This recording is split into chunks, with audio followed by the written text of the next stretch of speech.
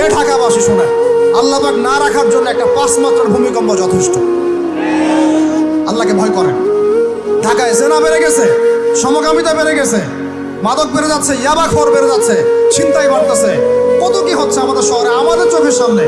অশ্লীলতার কারণে এই ভূমিকম্পের আযাব আসে, নোংরামির কারণে আসে, জেনার কারণে আসে, পরকীয়ার কারণে আসে, ব্যভিচারের কারণে আসে, ঘরে ঘরে ঢুকেছে। আল্লাহ পাক আমাদের ঢাকাবাসীকে হেদায়েত দান করেন। আমি তো আপনাদের একজন, আমি কিন্তু আপনাদের একজন, আমি আপনাদের বাইরের কেউ না, কিন্তু এগুলো দেখে আমার মনটা কাঁদে, কষ্ট হয়। ঢাকা যেমন মসজিদের শহর, এই মসজিদের শহরের মধ্যে এরকম অন্যায় অবিচার ঘরে ঘরে কেমন করে ছড়িয়ে পড়ে, কেমন করে? একটা অপরাধ হয়েছে আমাদের, অপরাধটা হচ্ছে আমরা সৎ কাজে আদেশ করেছি, অসৎ কাজে সমানভাবে নিষেধ করি না। সৎ কাজে আদেশের সাথে এখন থেকে অসৎ কাজে নিষেধও করবেন। আল্লাহ পাক তৌফিক দান করেন। আল্লাহ পাক এই জজবা চেতনা আপনাদের সবার মধ্যে দান করেন। আর আইন হাতে তুলে নেবেন না, কিন্তু অন্যায়ের প্রতিবাদ করবেন। অন্যায়ের কি করবেন? প্রতিবাদ করবেন। শেষ পয়েন্টটা বলি, ধর্মীয় অবস্থাটা কি? ভিতরে চোখ দিয়ে দেখেন। আপনার কাছে মনে হচ্ছে আমরা সবাই সংখ্যায় অনেক বেশি, কোটি কোটি মুসলমান, এত এত মুসলিম রাষ্ট্র, এত এত তেল, এত এত মিলিটারি পাওয়ার, ইত্যাদি ইত্যাদি, এত সংগঠন, অনেক কিছু, এত ধর্মীয় দল, এত আলেম ওলামা।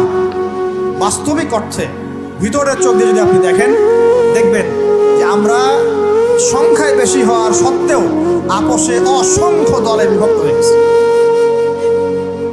যতক্ষণ পর্যন্ত আমরা ইউনাইটেড হচ্ছি না, ধর্মতাত্ত্বিকভাবে একটা জায়গায় আসছি না, একটা জামাআহ ফর্ম করছি না, একটা ইমারা কায়েম করছি না, এবং আমাদের মধ্যে একজন আমিরুল মুমিনিন নির্ধারণ করছি না, ততক্ষণ পর্যন্ত আপনি আল্লাহর রাস্তায় দিন ইকামত করতে পারবেন।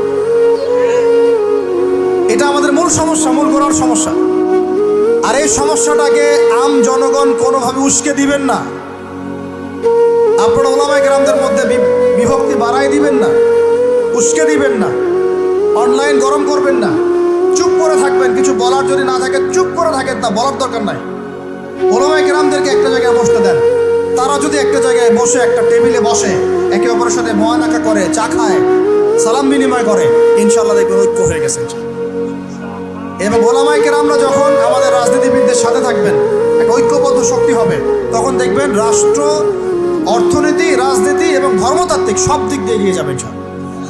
এই জিনিসটার ঘাটতি আছে আমাদের মধ্যে। আমরা অনেক সময় মনে করি ও পলিটিশিয়ানের সাথে আমার চলার দরকার, ও তাগুত, ও কাফের, ও মুশরিক, ও এটা ওইটা।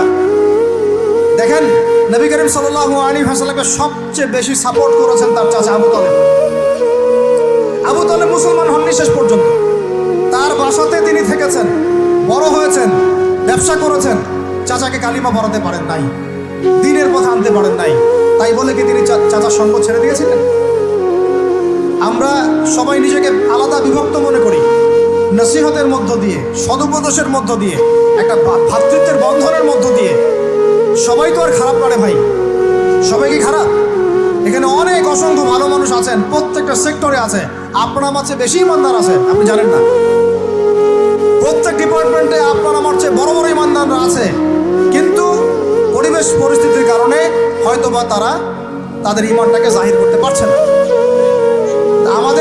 আমরা উগ্র হব না, তাদের প্রতি আমরা নসিহত করব, নরম হব, সবর করব, দাওয়াত দিব, এবং তাদেরকেও আমরা আমাদের একটা প্ল্যাটফর্মে আনার চেষ্টা করবো ইনশাআল্লাহ।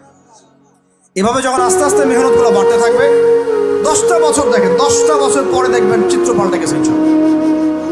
তবে এই দায়িত্বটা কোনো বক্তার একার নয়, কোনো আলেমের একার নয়, কোনো এমপি সাহেবের একার নয়, মন্ত্রী সাহেবের একার নয়, কোনো সরকার প্রধানের একার নয়। এখানে আপনার আমার সবার ভূমিকা আছে। সবাই যার যার জায়গা থেকে যদি আমরা ভূমিকা পালন করতে ব্যর্থ হই, এগুলো স্বপ্ন থেকে যাবে, কোনোদিন বাস্তবায়ন করতে পারবো। সবাই যার যার জায়গা থেকে কাজ যদি ঠিক মতো করি, ইনশাআল্লাহ দেখবেন আমরা ওই সোনার বাংলা ঠিকই গঠন করবো ইনশাআল্লাহ। আল্লাহ পাক আমাদের সবাইকে ধর্মীয় অঙ্গনের ভেদাভেদটাকে দূর করার তৌফিক দান করেন। ধর্মীয় অঙ্গনের ভেদাভেদটা সবচেয়ে কালো হয়েছে আমাদের জন্য।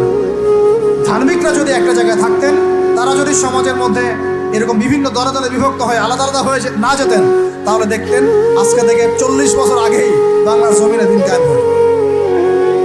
আল্লাহ রাব্বুল আলামিন আমাদেরকে ভিতরের চোখ জাগ্রত করার তৌফিক দান করেন। আর যারা স্পষ্ট মুশরিক, স্পষ্ট শিরিক করছে, স্পষ্ট বেদাতি এবং স্পষ্ট মুনাফিক যারা জালেমের পক্ষ নেয়, ওদের সাথে ঐক্যের কোনো দরকার নাই। ওদেরকে ছাড়াই আমরা চলবো ইনশাআল্লাহ। সময় ওদেরকে মিটিয়ে ফেলবে ইনশাআল্লাহ। সময়ের স্রোতে ওরা ধুলার মতো উড়ে যাবে ইনশাআল্লাহ, কিচ্ছু করতে পারবে না ইনশাআল্লাহ। কারণ মুনাফিকদের সাথে ঐক্য হয় না। মুনাফিকদের সাথে কি ঐক্য হয়?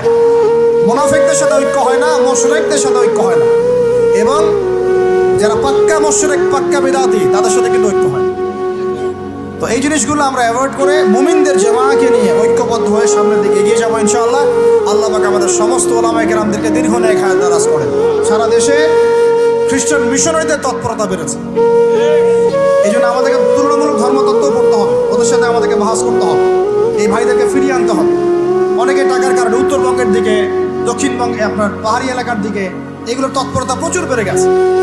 আমরা তো মাশাআল্লাহ মিলাদ আর জিলাপি আর খোরমা আর কিয়াম নিয়ে দাঁড়িয়ে আছি। ভিতরে যে ইসলাম কোথায় চলে যাচ্ছে আমরা তো জানি না। আল্লাহ পাক আমাদেরকে বোঝার তৌফিক দান করেন। আরও বেড়েছে, ওই যে একটু আগে আপনারা আলোচনা করছিলেন কাদিয়ানি মতবাদ, এটা বাড়ছে। সুদী এনজিওর মতবাদ বাড়ছে। একজন আলেম বলেছিলেন বাংলাদেশের, যেদিন বাংলাদেশের 50% মানুষ খ্রিস্টান হয়ে যাবে, শিয়া হয়ে যাবে, কাদিয়ানি হয়ে যাবে, ওই দিন আপনাদের হুঁশ ফিরবে। আল্লাহ পাক আমাদেরকে ওই দিন আসার আগেই হুঁশে আসার তৌফিক দান করেন। সব ইখতিলাফি বিষয়গুলো ভুলে যান, মুমিনদের সাথে থাকেন, উলামায়ে কেরামের জামাতের সাথে থাকেন। ছোটোখাটো বিষয় নিয়ে তর্ক করা বন্ধ করেন, ইস্যু পাগল হওয়া বন্ধ করেন, ডিভাইস আসক্তি বন্ধ করেন, এই শোডাউনগুলো বন্ধ করেন, মূল জায়গাগুলোয় কাজ করেন। সালাত, তাহাজ্জুদ, হালাল রিজিক, আদর্শ পরিবার গঠন, ঠিক আছে, দাওয়াতের মেহনত, সৎ কাজে আদেশ, অসৎ কাজে নিষেধ, এগুলোতে মনোযোগী হন। আল্লাহ পাক ইনশাআল্লাহ আমাদেরকে তৌফিক দান করবেন ইনশাআল্লাহ। কারণ আল্লাহ ওয়াদা করেছেন, ইন তানসুরুল্লাহ ইয়ানসুরুকুম, তোমরা আল্লাহকে সাহায্য করো, আল্লাহ তোমাদেরকে সাহায্য করবে ইনশাআল্লাহ। কিন্তু ওয়াইন তাতাওয়াল্লাহ, তোমরা যদি সাহায্য না করে মুখ ফিরে চলে যাও, তাহলে ইয়াস্তাবদিল কওমান গায়রাকুম, আল্লাহ পাক অন্য কওমকে তোমাদের জায়গায় নিয়ে আসবেন, তোমাদেরকে সরাই দিবেন। সুম্মা লা ইয়াকুনু আমসালাকুম, তারা তোমাদের মতো অপদার্থ হবে। নাউযুবিল্লাহ। আমরা চাই আল্লাহ যেন আমাদেরকে সরিয়ে না দিয়ে আমাদের দ্বারাই খেদমত নেন। আল্লাহ পাক আমাদের এই পুরো প্রজন্মটাকে আল্লাহ পাক তওবা করে ফিরে আসার তৌফিক দান করেন। বিশ্বের বুকে ওমর রাদিয়াল্লাহু আনহুর সময়ে আমরা যেমন মাথা উঁচু করে বাঁচতাম, ওইভাবে বাঁচার তৌফিক দান করেন। এমন একটা জায়গায় পুরো জাতিকে নিয়ে যাওয়ার তৌফিক দান করেন যেন আমাদের ভয় ওরা থরথর করে কাঁপা শুরু করে। এগুলো বললে অনেক কথা, বললে কথা অনেক দিকে চলে যায়। কথা হচ্ছে, আমরা বিগত 70 বছরে আমরা একটা মিসাইল বানাতে পারি নাই এখন পর্যন্ত। কথা অনেক গভীর। আমাদেরকে আরো ভয় করবে কিভাবে? এ বিশ্বে তো ঢাল তলোয়ার দিয়ে যুদ্ধ হয় না। ওয়াইদু লাকুম মাস্তাতাতুম মিন কুওয়াতিন, সূরা আনফালের মধ্যে আল্লাহ পাক আয়াত নাযিল করেছেন, হে মুসলিমরা, তোমরা শক্তি অর্জন করো, তোমরা শক্তি সামর্থ্য অর্জন করো। তুরহিবুনা বিহি আদুওয়াল্লাহি ওয়া আদুওয়াকুম, এই শক্তি দিয়ে তোমরা আল্লাহর দুশমনদেরকে ভয় দেখাবা। এটা কে বলেছেন? আল্লাহ বলেছেন। ওই শক্তি কই? তা আমরা আপোষে লড়াইয়ে পড়ে আছি, আঞ্চলিক রাজনীতি নিয়ে পড়ে আছি, ভাইয়ে ভাইয়ে মারামারি কাটাকাটি করছি, আমরা গীবত সমালোচনার রাজনীতি করছি, মূল শক্তিটা আমরা অর্জন করতে পারছি না। আল্লাহ পাক আমাদেরকে সেইটা বোঝার তৌফিক দান করেন। চিন্তা করবেন না, চিন্তা করবেন না, আমরা যদি করতে পারি আল্লাহ পাক আমাদের হাতেই বিজয় দিবেন ইনশাআল্লাহ। আর এটাও চিন্তা করবেন না, নিশ্চিত থাকেন, যদি আমরা করতে না পারি আল্লাহ আমাদের একটাকেও জীবিত রাখবেন, একটাকেও না। আল্লাহ পাক সবগুলোকে সরাই দেবেন ইনশাআল্লাহ, দিয়ে এমন একটা প্রজন্ম নিয়ে আসবেন, ওরা পারবে ইনশাআল্লাহ। এটা ইয়াকিন রাখেন। আমরা যদি গাদ্দার হই, মুনাফিকি করি, আমানতের খেয়ানত করে ফেলি, ওই চেতনা আমরা যদি ধ্বংস করে ফেলি, আল্লাহ পাক আমাদেরকে রাখবেন না। আর হে ঢাকাবাসী শোনেন, আল্লাহ পাক না রাখার জন্য একটা 5 মাত্রার ভূমিকম্প যথেষ্ট। আল্লাহকে ভয় করেন। ঢাকায় জেনা বেড়ে গেছে, সমকামিতা বেড়ে গেছে, মাদক বেড়ে যাচ্ছে, ইয়াবাখোর বেড়ে যাচ্ছে, ছিনতাই বাড়তেছে, কত কি হচ্ছে আমাদের শহরে, আমাদের চোখের সামনে। অশ্লীলতার কারণে এই ভূমিকম্পের আযাব আসে, নোংরামির কারণে আসে, জেনার কারণে আসে, পরকীয়ার কারণে আসে, ব্যভিচারের কারণে আসে, ঘরে ঘরে ঢুকেছে এগুলো। আল্লাহ পাক আমাদের ঢাকাবাসীকে হেদায়েত দান করেন। আমি তো আপনাদের একজন, আমি আপনাদের বাইরের কেউ না, কিন্তু এগুলো দেখে আমার মনটা কাঁদে, কষ্ট হয়। ঢাকা যেমন মসজিদের শহর, এই মসজিদের শহরের মধ্যে এরকম অন্যায় অবিচার ঘরে ঘরে কেমন করে ছড়িয়ে পড়ে। কেমন করে?